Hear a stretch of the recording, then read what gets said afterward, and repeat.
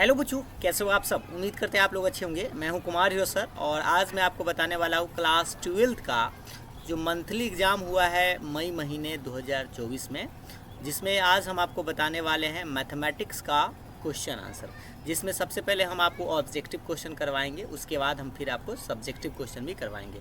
जैसा कि आपको पता है ये 50 मार्क्स का ही आपको सवाल टोटल है, जिसमें आपको 1.5 घंटे का समय मिला है। तो सबसे पहले हम ऑब्जेक्टिव की बात करते हैं। चलिए हम आपको दिखाते हैं ऑब्जेक्टिव। यहाँ पे आप देख पा रहे होंगे सेक्शन ए में, आप देख लीजिए। पहले सेक्शन ए में जो सवाल है वो ऑब्जेक्टिव टाइप का सवाल है, जिसमें कि आपको देखिए 1 से 30 तक के प्रत्येक प्रश्न के 4 विकल्प दिए गए हैं, जिनमें से एक सही है। अपने द्वारा चुने गए सही विकल्प को OMR सीट पर नीला या काला बॉल पॉइंट कलम से चिन्हित करना है, ठीक है। और किन्हीं 25 प्रश्नों का उत्तर आपको देना है, ठीक। 30 गो प्रश्न है, लेकिन आपको 25 गो का आंसर आपको देना है। तो चलिए अब हम आपको ऐसे 30 प्रश्न बताते हैं। आप देखिएगा कि आपको कितना प्रश्न इसमें सही होता है। देखिए पहला जो प्रश्न है आपका, a बराबर एक सेट दिया हुआ है, b बराबर एक सेट दिया हुआ है और आपसे पूछ रहा है इंटरसेक्शन। तो देखिए इंटरसेक्शन का मतलब होता है a इंटरसेक्शन b का मतलब ये दोनों में जो कॉमन एलिमेंट होता है उसको हम लोग a इंटरसेक्शन b बोलते हैं। तो इसका जो आंसर होना चाहिए, दोनों में कॉमन आप देख सकते हैं, एक 3 जो है दोनों में मिल रहा है, 5 जो है वो दोनों में मिल रहा है और कोई एलिमेंट नहीं मिल रहा है। तो इसका मतलब 3 और 5 इसका सही आंसर होना चाहिए था। तो 3 और 5 मारे अगर ऑप्शन नंबर सी जो है आपका राइट आंसर है।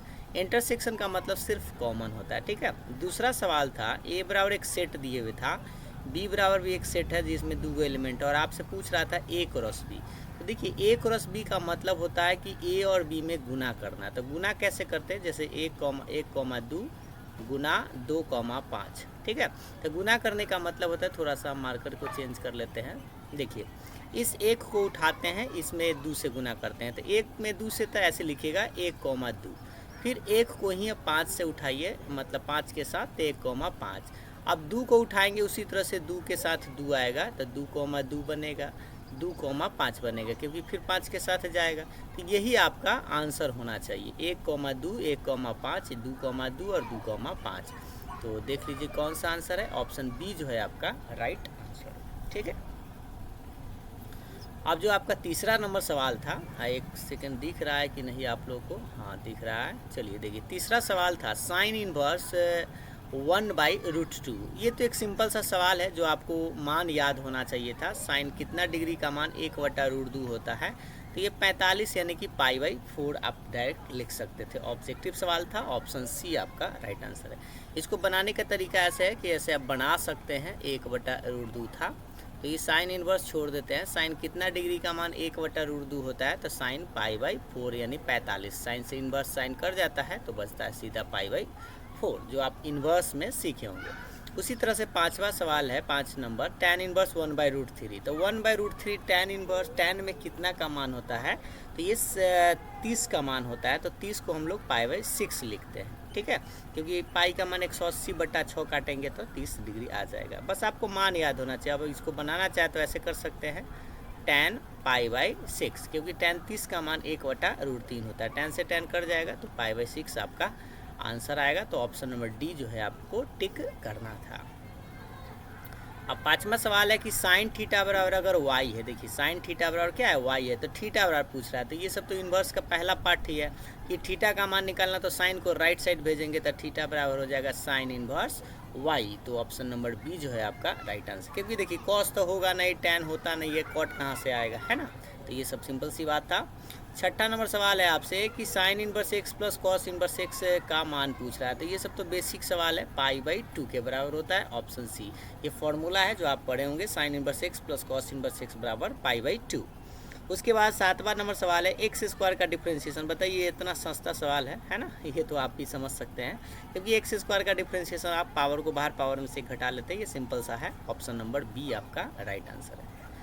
चलिए अब अगले सवाल पर आते हैं, देखिएगा 8वां नंबर सवाल है साइन का डिफ्रेंशिएशन। तो देखिए साइन का आप डिफ्रेंशिएशन आप जानते हैं कि cos x होता है, ठीक है। ये क्या लिखा गया, एक सेकंड, साइन का डिफ्रेंशिएशन क्या होता है, cos x होता है, ठीक है। ये तो सिंपल सा फॉर्मूला ही आपको टिक करना था, ऑप्शन सी आपका लेकिन कॉस का डिफ्रेंशिएशन क्या होता है, तो माइनस में साइन एक्स होता है, ये 9 नंबर, ठीक है। कॉस का क्या होता है, माइनस में साइन होता है, तो ऑप्शन नंबर बी। ये देखिए, ये टेस्ट लेने का मेन उद्देश्य यही है बिहार सरकार का, बिहार बोर्ड का, कि बच्चा जो है कम से कम जो पढ़ रहा है उसका सही से कुछ याद कर पा रहा है या नहीं, यही इसका मेन मकसद है। अगर आप टेस्ट भी सही से देते रहते हैं प्रत्येक महीना में, तो कुछ आपका प्रोग्रेस तो बढ़िया हो ही जाएगा। देखिए, tan x का डिफ्रेंशिएशन ही आपसे पूछ रहा है, तो sec स्क्वायर एक्स, ये सिंपल सा है जो आप समझ पा रहे होंगे, फॉर्मूला ही है। e के पावर 2x का e के पावर पहले 2x होता है, और फिर आपको बताया गया था कि 2x का गुना में डिफ्रेंशिएशन यानी कि 2, यानी आंसर आएगा 2e के पावर 2x। तो ऑप्शन नंबर बी जो है आपका राइट आंसर है, ठीक है। 12 नंबर में देखिए, आपको ये डिफ्रेंशिएशन करना है, लेकिन ध्यान से दोनों में डिफ्रेंशिएशन करना है। पहले e के पावर x का करेंगे तो e के पावर x ही होगा, बीच में माइनस देंगे। और देखिए यहाँ पे cos 2x है, तो cos 2x का पहले sin 2x लिखते हैं, लेकिन ये cos का माइनस होता है, तो ये माइनस माइनस प्लस हो जाएगा, क्योंकि माइनस में होता है, माइनस समय प्लस। लेकिन एक और चीज़ याद रखिएगा, ये 2x का भी होगा गुना में 2, ये 2 छोड़िएगा नहीं, आंसर आएगा e के power x plus 2 sign 2x। क्यों ऐसा हुआ, 2 क्यों आया, क्योंकि ये cos फंक्शन पे बनेगा, तो साइन फंक्शन और फिर फंक्शन का डिफ्रेंशिएशन यानी 2x का 2 होगा, ठीक। तो आंसर आप समझ पा रहे होंगे कि कौन सा होना चाहिए, ऑप्शन नंबर जो है आपका सी नंबर सही होगा, ठीक। 13 नंबर उसी तरह से डिफ्रेंशिएशन है, 2x के पावर 3 है, तो पहले तो पावर को बाहर कर दीजिए, तो 3 दूनी 6x के पावर 2, क्योंकि पावर 3 था तो 1 घटाएंगे तो समझ पा रहे होंगे 2 होगा। और साइन का डिफ्रेंशिएशन, ये तो माइनस रहेगा, साइन का होता है कॉस, यानी कि ये आपका आंसर है। एक एक लाइन का सवाल है जो आप जल्दी में समझ पा रहे होंगे, तो देख लीजिए कौन सा आंसर है, ऑप्शन नंबर बी जो है आपका राइट आंसर है, ठीक है। साइन का प्लस में होता है। अब लिमिट का सवाल आ गया, साइन थीटा है, थीटा के मान 0 रखना है, तो साइन 0 रखेंगे, तो साइन 0 आप जानते हैं कि 0 ही होता है, तो ऑप्शन नंबर पहला इसका राइट आंसर है। उसके बाद 15 नंबर सवाल, ये फॉर्मूला आपसे पूछ रहा था, लिमिट आपको याद होगा, limit x tends to 0 sine x upon x बराबर कितना होता है, 1 होता है। लिमिट का ये फॉर्मूला है जो कि आप डायरेक्ट ये समझ पा रहे होंगे, इसका फॉर्मूला आपको 1 लिखना है। 16 नंबर सवाल है, लिमिट ए जो है एक्स टेंस टू 3 है। देखिए क्वेश्चन एक बार देख लीजिए बड़ा साइज में, 5 माइनस एक्स है, यानी कि आपको एक्स के मान कितना रखना है, 3 रख देना है इसमें, तो 5 माइनस 3 और घटेगा तो 2 आएगा, तो ऑप्शन नंबर बी जो है इसका राइट आंसर है। 17 नंबर सवाल है, लिमिट का ये फॉर्मूला ही आपको एक लिख देते हैं पहले, लिमिट आपको याद होगा, limit x tends to a x to the power n minus a to the power n upon x minus a. इसका फॉर्मूला होता है n a to the power n minus 1, दिख रहा है फॉर्मूला, हाँ ये फार्मूला आपको याद हो गया, ये फार्मूला आपका है, ठीक है, ये वाला। तो इसमें आपको एन ए की जगह मान बैठा देना। तो देखिए यहाँ पावर में 4 है, यानी एन की जगह 4 है, तो पहले लिख देते हैं n a to the power n minus 1, यानी फार्मूला एन की जगह 4 है तो 4, ए के मान ए है, देख लीजिए यहाँ पर x tends to a, power में से 4 माइनस 1 घटाएंगे तो आएगा 4 ए टू दी पावर 3, यानी ये आपका आंसर होना चाहिए। तो 4 एक देख लीजिए, ऑप्शन नंबर डी में आपका सही आंसर है। 18 में डिफ्रेंशिएशन आपको करना है, थोड़ा सा मार्कर को चेंज कर लिया जाए, ये सिंपल सा है, तीनों में पहले डिफ्रेंशिएशन हो जाएगा। तो एक्स स्क्वायर का डिफ्रेंशिएशन आप जानते हैं 2x माइनस 3 रहेगा, एक्स का कितना होता है 1, और अकेले कांस्टेंट होता है, अकेले कांस्टेंट 2 है तो इसका 0 होगा, यानी आंसर आएगा 2x minus 3, option number B जो है आपका राइट आंसर है। 19 नंबर का रहा है x प्लस 3 के पावर 4 है, तो ये आप इस फॉर्मूला का यूज़ करेंगे, फंक्शन के पावर n, फंक्शन के पावर n का क्या होता है n function power n minus 1, और फिर गुना में होता है d/dx ऑफ फंक्शन, ऐसे। तो यहाँ पर वही पहले पावर को बाहर करना है, पावर 4 है तो 4 बाहर, फंक्शन पावर में से 1 घटाएंगे तो 3 आएगा, और गुना में d/dx ऑफ फंक्शन, फंक्शन मतलब x प्लस 3, ये जो है x प्लस 3 फंक्शन है, तो इसका आंसर आएगा 4 x प्लस 3 के पावर 3, और देखिए इसका जब डिफ्रेंशिएशन करिएगा तो x का 1 होता है और 3 का 0 हो जाएगा, तो 1 प्लस 0, और 1 प्लस 0 1 होता है, गुना करेंगे तो उतना ही रह जाएगा, तो 4 इंटू एक्स प्लस 3 के power 3 whole to the power 3, ये x plus 3 whole to the power 3। आप आंसर देख लीजिए, पहला आंसर इसका सही आंसर है, ठीक है। अब आते हैं 20 नंबर, देखिए 20 नंबर एक सिंपल सा फॉर्मूला ही आपसे पूछा कि 1/x का डिफ्रेंशिएशन क्या होता है, तो -1/x² होता है, यानी ऑप्शन नंबर सी जो है आपका सही आंसर है। अब आइए 21 नंबर सवाल में, 20 हो गया, हाँ 20 हो गया, तो अब 21 में देख लीजिए। 21 डिटर्मिनांट की बात करता है, बस इसको तिरछा तिरछी गुना करना है, तो 8 दूनी 16, बीच में माइनस होता है, और 5 तिहाई 15, 16 में से 15 घटेगा 1, ऑप्शन नंबर बी जो है आपका सही आंसर है। 22 नंबर में देखिएगा, इसका डिटर्मिनेंट है जो आपको आंसर निकालना है। तो देख लीजिए किधर से कहीं से जोड़ने पर सेम तो आ रहा है कि नहीं तो इसको झांका ताकी करके आप बना सकते हैं, ठीक है। नहीं तो देख लीजिए यहाँ सबसे पहले देखिए 3, 5, 7 और फिर से 3, 5, 7 दो यहाँ पे क्या है, रो जो है R1 और R2 क्या है, बराबर है, ठीक है। तो जब बराबर होता है तो उसका आंसर क्या लिखते हैं, 0, ऑप्शन नंबर पहला सही है। क्योंकि दो डिटर्मिनेंट में कोई भी दो रो या दो कॉलम अगर बराबर हो जाता है तो उसका आंसर 0 होता है, ठीक है।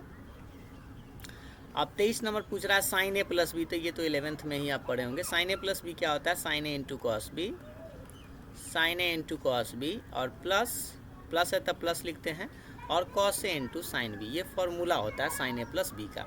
तो देख सकते हैं कौन सा है, sine A into cos B plus cos A into sine B, पहला फार्मूला है इसका राइट आंसर। देखिए ये सब फार्मूला कभी नहीं होता है, ठीक है, दूगो तो ऐसी गलत है। अब इसमें देखिए दोनों सेम लिख दिया है, तो ये कॉस वाला में होता है, ठीक है। ये साइन वाला में एगो साइन होता है और एगो कॉस होता है, उलट के होता है। तो इस तरह से ऑप्शन पहला सही था। अब फैक्टोरियल का सवाल पूछा है, इसको फैक्टोरियल 0 बोलते हैं। फैक्टोरियल 0 का मान 1 होता है। फैक्टोरियल का मतलब होता है कि प्रथम n प्राकृत संख्या हो, ठीक है। तो यहाँ पर 0 है तो 0 का फैक्टोरियल 1 बोलते हैं। फैक्टोरियल 3 का कहेगा तो घटते क्रम में जाइएगा, यानी 3 है, घटिएगा तो फिर 2 आएगा, फिर लास्ट घटिएगा तो 1, यानी 1 से प्राकृत संख्याओं का गुणनफल होता है। तो ये 3 दूनी 6 में 1 से, तो यानी कि 6 इसका आंसर आएगा, ऑप्शन सी सही है। फैक्टोरियल बस इतना ही याद रखिएगा, जितना रहेगा उसको घटते क्रम गुना करके लिख दिएगा 1 तक। NC0 आपको याद होगा, फार्मूला ही होता है 1 होता है, क्योंकि आप चाहे तो ये NCR पर लगा सकते हैं, फैक्टोरियल n बटा फैक्टोरियल n माइनस r और फैक्टोरियल r, ये वाला होता है, ठीक है, ये फार्मूला। अब इस पर बनाइए, आपको याद रहेगा NC0 वाला का मान 1 होता है और सेम वाला का मान भी 1 होता है। जैसे देखिए अगला सवाल जो 27 है 5C5, तो आप पढ़े होंगे NCN का मान 1 होता है, तो इसका मान भी आप क्या बढ़िएगा, ऑप्शन बी जो है आपका सही है। क्योंकि यहाँ पर 5 सेम है इसलिए 1 होगा। लेकिन हाँ ये परम्यूटेशन है, 4p4 मतलब होता है फैक्टोरियल। पहले फार्मूला आपको याद होना चाहिए, एक बार लिख देते हैं। NCR का फार्मूला हम आपको लिख दिए हैं, फैक्टोरियल n बटा factorial r into n minus r, ये NCR का। लेकिन अगर आपसे पूछे NPR परम्यूटेशन का है तो फैक्टोरियल n बटा सीधा n माइनस r फैक्टोरियल, ये होता है, ठीक है। तो यहाँ पर 4p4 है तो इसको बोलेंगे पहले फैक्टोरियल 4 बटा में 4 में से 4 फैक्टोरियल घटाएंगे, तो ऊपर में फैक्टोरियल 4 रहेगा, नीचे 4 में से 4 घटाएंगे तो 0 फैक्टोरियल। फैक्टोरियल 4 का मतलब घटते क्रम में जाइएगा तो 4, 3, 2, 1, और 0 फैक्टोरियल का मान 1। देखिए फैक्टोरियल को हम इस तरह से भी लिख सकते हैं, ऐसे लिखिए फैक्टोरियल 0 या फैक्टोरियल 0, ये फैक्टोरियल ऐसे दोनों तरीक़ा से आप जानते होंगे। गुना करेंगे तो 4 3 12 दूना 24 आपका आंसर आएगा, ऑप्शन नंबर सी जो है आपका सही आंसर है, ठीक है। अब आइए ये 29 नंबर सवाल कर रहा है, ये आपका कम्प्लेक्स नंबर 11th क्लास का है। कम्प्लेक्स नंबर में मॉडुलस पूछ रहा है, तो इसका फार्मूला तो √x² प्लस y²। अब देखिए x का मतलब यहाँ पे 3 है तो 3² प्लस y मतलब i के साथ वाला था 4 है तो 4 का स्क्वायर लगा दीजिएगा। √3 के स्क्वायर 9, 4 के स्क्वायर 16, 16 9 होता है 25, और 25 का वर्गमूल आप जानते हैं कि 5, तो ऑप्शन नंबर सी जो है आप टिक करेंगे, ठीक है। और उसके बाद 30 नंबर में आते हैं, ये वेक्टर का सवाल है जो आप आगे चल के पढ़ेंगे। वेक्टर में क्या होता है, ऐसे होता है, याद रखिएगा, आई है, ये जे है और ये के है। तो आई में जब जे से गुना करते हैं तो तीसरा निकलता है, ये वाला के है, तो इसका आंसर के हो जाएगा। ऑप्शन देख लीजिए कौन सा, ऑप्शन पहला है इसका सही है। लेकिन मान लीजिए अगर जे में के से गुना करता है तो फिर आई आंसर होगा। उसी तरह से के में अगर आई से गुना करेगा तो जो बचेगा तो जे बचेगा वो लिखें। लेकिन हाँ एक चीज़ याद रखिएगा, इसका क्रम ऐसे होता है, ऐसे घूमता है इस तरह से, ठीक है ये। लेकिन यही अगर उल्टा ऐसे घूम जाए तो उसमें माइनस लगा दीजिएगा। फिलहाल ये आई के बाद जे आता है, सीधा है तो सीधा वाला फॉर्मूला यानी प्लस में ही आंसर आएगा, तो पहला आंसर इसका सही था। तो फिलहाल ये ऑब्जेक्टिव सवाल था जो आप समझ पाए होंगे और आप आसानी से खुद से भी बना लिए होंगे। तो ये ऑब्जेक्टिव सवाल को हम यहीं पे रोक देते हैं, फिर हम आपको सब्जेक्टिव क्वेश्चन भी आपको करवा देंगे। कोई इसमें ज़्यादा वास्ट सवाल है नहीं, देख लीजिए एक बार। यहाँ पे ये सवाल है 5 क्या है 1 से 10 तक लघुत्तरीय प्रश्न है, किन्हीं 5 प्रश्नों के उत्तर देना है जो 2 अंक का सवाल है। तो पहले इस वीडियो को यहीं रोक देते हैं, फिर हम आपको सब्जेक्टिव क्वेश्चन बता देंगे। अगर आप सब्जेक्टिव क्वेश्चन चाहिए तो आप कमेंट करके एक बार ज़रूर बताइएगा।